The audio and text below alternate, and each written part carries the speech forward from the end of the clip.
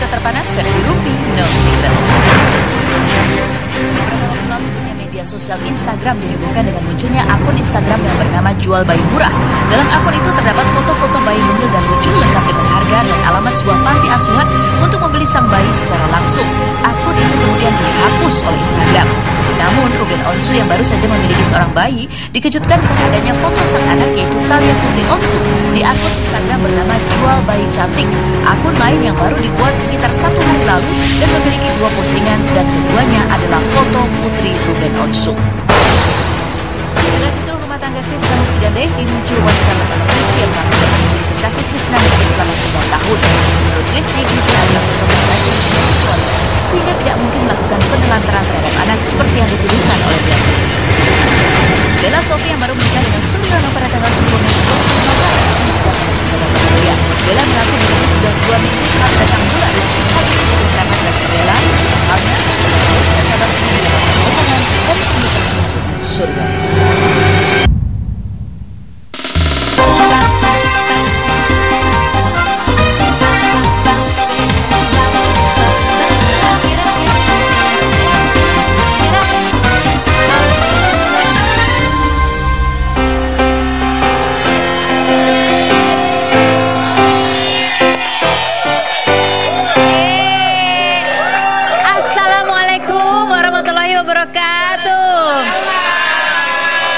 Penonton apa kabar yang ada di rumah?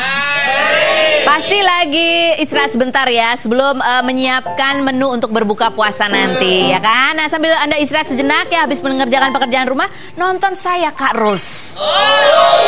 Itu tepat sekali karena saya selalu hadir di acara Rumpi No Secret. Nah, tadi kita udah lihat 3 berita terpanas ya. Berita yang pertama adalah mengenai Ruben Onsu yang tiba-tiba foto anaknya itu dicatut ada di sebuah akun Instagram yang judulnya adalah Jual Bayi Cantik. Serem banget. Dan itu akun fotonya itu baru diupload sekitar tadi malam sih 23 jam yang lalu. Nah tadi Ruben Onsu sudah melaporkan hal ini ke polisi. Begitu ya. Sekarang kita akan menghubungi pengacaranya yang mewakili Ruben yaitu Minola Sebayang. Kita telepon. Halo. Halo. Halo, selamat siang Mbak Penny. Selamat siang Bang Minola. Apa kabarnya Mbak Penny? Baik. Bang Minola, ini tadi baru mendampingi Ruben ke polisi? Ya, baru sekitar jam 11 tadi saya dampingi Ruben untuk membuat laporan di Polda Metro Jaya, Mbak. Polda Metro Jaya. Jadi laporannya itu apa sih? Apa nih? Gimana pelaporannya? Bentuknya apa?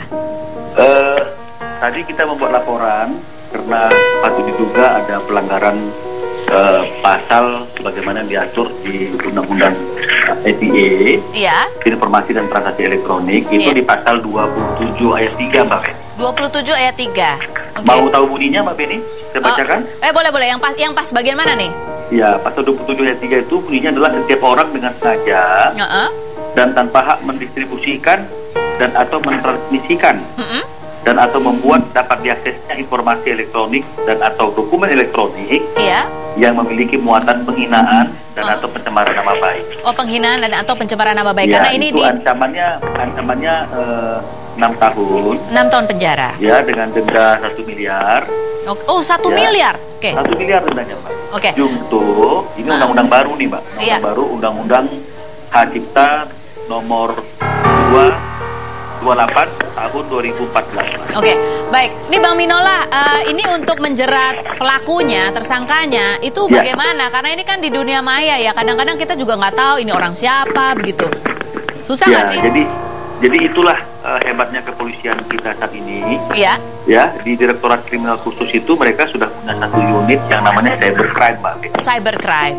Okay. Nah, jadi cybercrime ini memang berisikan penyidik kepolisian yang memiliki kemampuan IT, sehingga mereka pasti akan bisa melacak dari account Instagram atau Twitter atau apapun IP address-nya IP semuanya. Oke. IP address-nya, jadi mereka bisa lacak itu. Jadi itulah gunanya ada cybercrime ini, sehingga setiap pelaku-pelaku kejahatan modus baru dengan menggunakan media sosial atau internet itu bisa tetap terlepas dari hukuman atau hukum jika mereka melakukan pelanggaran.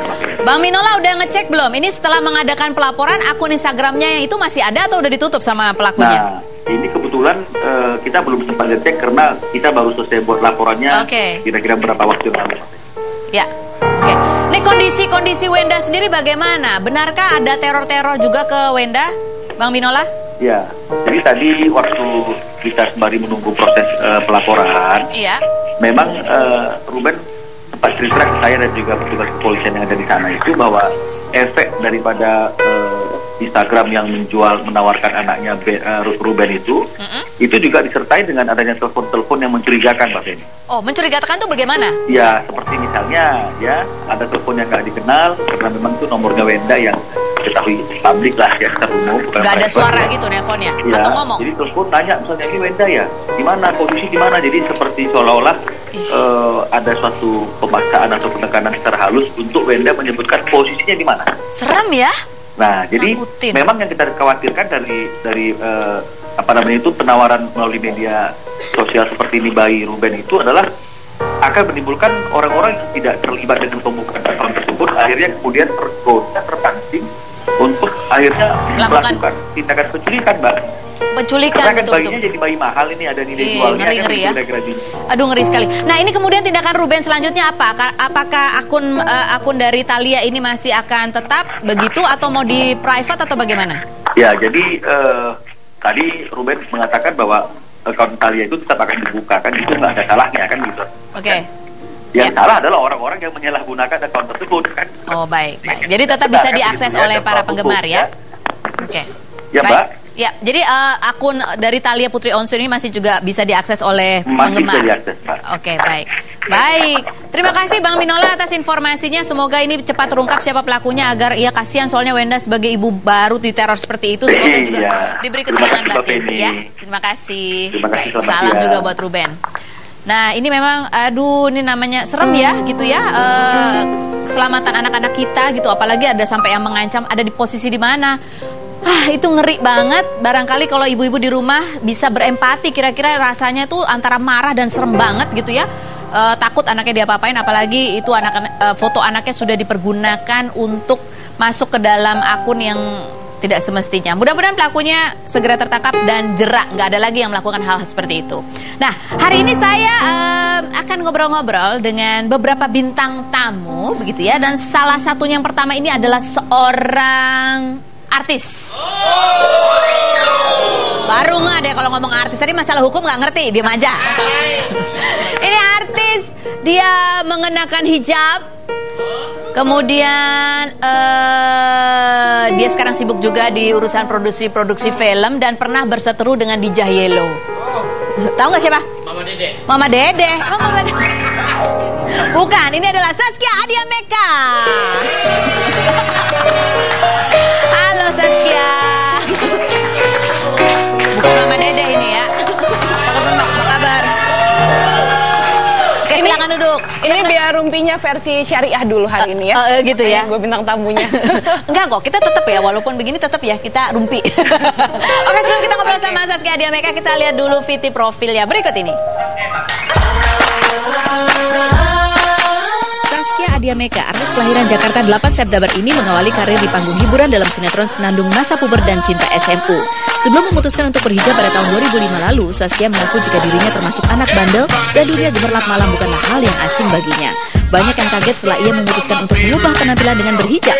Di awal Saskia sempat merasa khawatir atas keputusannya tersebut lantaran takut tawaran job akan berkurang. Namun kenyataannya berhijab malah membuat dirinya menjadi trendsetter ikon hijab saat itu karena banyak yang meniru gaya berhijabnya.